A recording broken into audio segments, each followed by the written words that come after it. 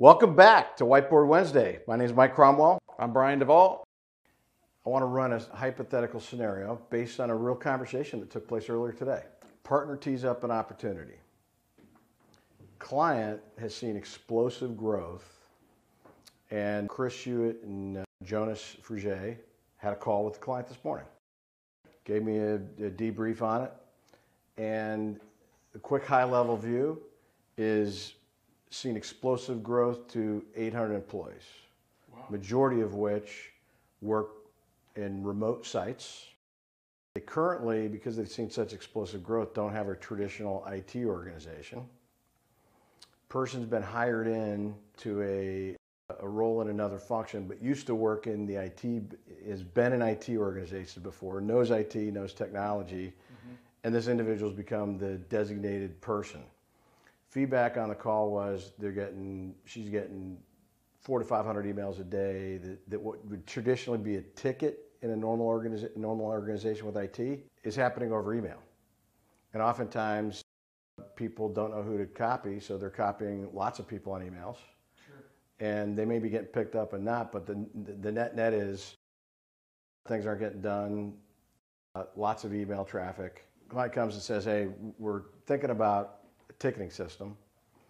And we then expanded the conversation to, it's really got to be ticketing system plus the support, the ability to take the incoming support calls and build process around it. So if you're talking to that client that, by the way, doesn't necessarily have this in the budget, they're trying to solve a problem, what advice would you give? Certainly getting all of those support requests in some sort of managed environment, ticketing system, otherwise would be hugely beneficial.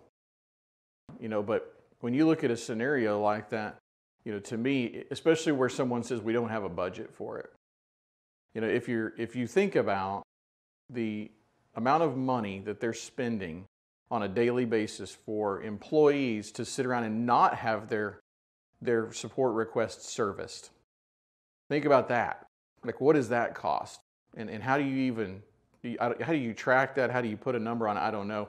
But you could probably look at the organization across an average and say, hey, my people would be able to utilize 7 out of 8 hours every day out of a work day if their technology functioned properly. And right now, they're only able to use 5 out of 8 hours.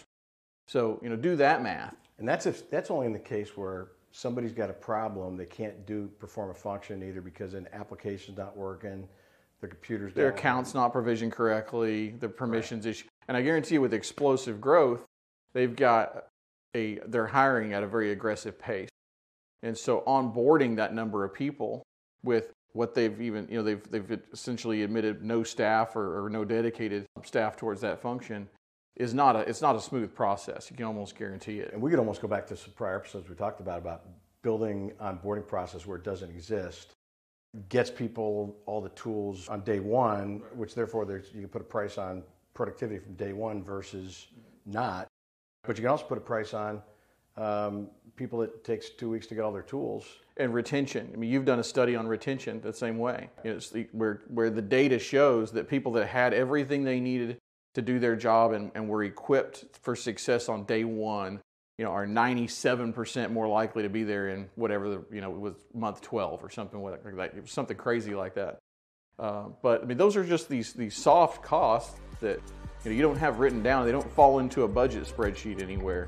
But for a company that says we don't have a budget, but we're not doing this today, the answer is you got to come up with it from somewhere.